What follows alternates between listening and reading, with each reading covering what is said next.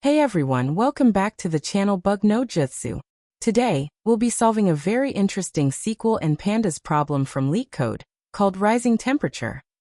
If you've ever wanted to compare temperatures across dates and find out which days were hotter than the previous day, this video is for you.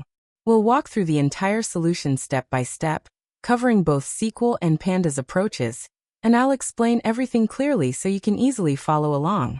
Let's get started. Alright, first, let's understand what the problem is asking us to do.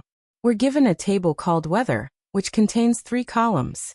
An ID that uniquely identifies each record, the record date showing the date, and the temperature on that date.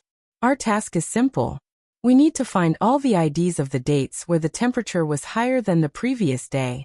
In other words, we want to detect days with rising temperatures. Now, let's understand this better with an example. Imagine this. On January 1st, the temperature is 10 degrees. Then on January 2nd, it rises to 25 degrees. That's an increase. So we need to capture the ID for January 2nd. Next, on January 3rd, the temperature drops to 20 degrees. Since the temperature decreased, we skip this day. But then on January 4th, the temperature jumps again to 30 degrees.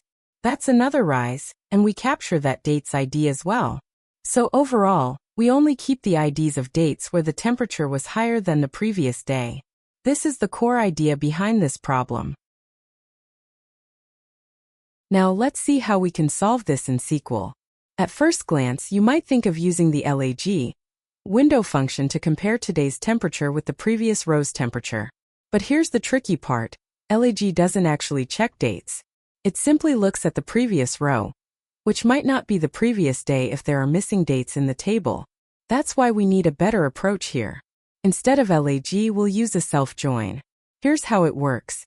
We join the weather table with itself. This means we're comparing every row with other rows from the same table. In this join, we specifically match today's date with yesterday's date, using the SQL function dateADD.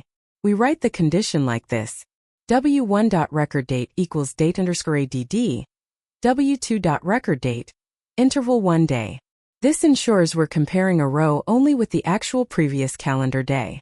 Once we've joined the data, we simply filter for rows where today's temperature is greater than yesterday's temperature. And finally, we select the IDs of those rows. This query is accurate and works well, even if some dates are missing in the table. If you're working in Pandas, after you solve this problem with a self-join, try solving it again using Shift instead of a merge. Shift works similarly to lag in SQL, but is useful when you're sure there are no missing dates. This way, you'll understand the trade-offs between different approaches. Now let's solve this problem using Pandas in Python.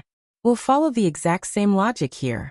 First, we make sure the record date column is in datetime format using Pandas PD_datetime function. This step is very important for date operations. Next, we perform a self-join in Pandas by merging the data frame with itself. During the merge, we match each row's record date with the previous day by adding 1 day using PD time delta, days equals 1. This lets us connect each date with its previous calendar date, just like we did in SQL. After the merge, we filter the rows where today's temperature is higher than yesterday's temperature. And finally, we return the IDs of these days. This approach mirrors the SQL solution but uses Pandas syntax, and it's just as effective. Here's a small suggestion for you if you're practicing SQL or Pandas. After solving this problem, try modifying it a bit on your own. For example, instead of checking just for a higher temperature than yesterday, try finding days where the temperature increased by more than 5 degrees. Or find days where the temperature dropped instead of rising. This will help you get comfortable with date joins, filtering, and numeric conditions.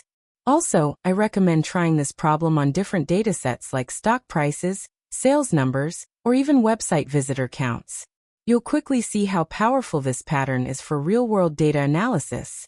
Practicing this way won't just help you solve LeetCode problems, but it'll also improve your skills for data analytics interviews and real projects. Let's quickly recap what we learned here. The biggest takeaway is this. When dealing with dates in SQL or Pandas, We can't always rely on window functions like lag if there are missing dates. Instead, using a self-join with date shifting is a safer and more accurate approach. This trick isn't limited to just temperature data. You can apply it to stock prices, sales records, website traffic, or any other time-based analysis. Also, notice how both SQL and Pandas let us solve the same problem using similar strategies. This shows how important it is to understand the core logic behind a problem, not just the syntax. And that's it for today's video. We solved the rising temperature problem step by step using both SQL and Pandas, and along the way we learned some really valuable techniques for working with dates. If this video helped you, please give it a thumbs up and subscribe for more coding tutorials like this. If you have any questions or want me to cover a specific problem next, just leave a comment below. Thank you for watching, and as always, happy coding!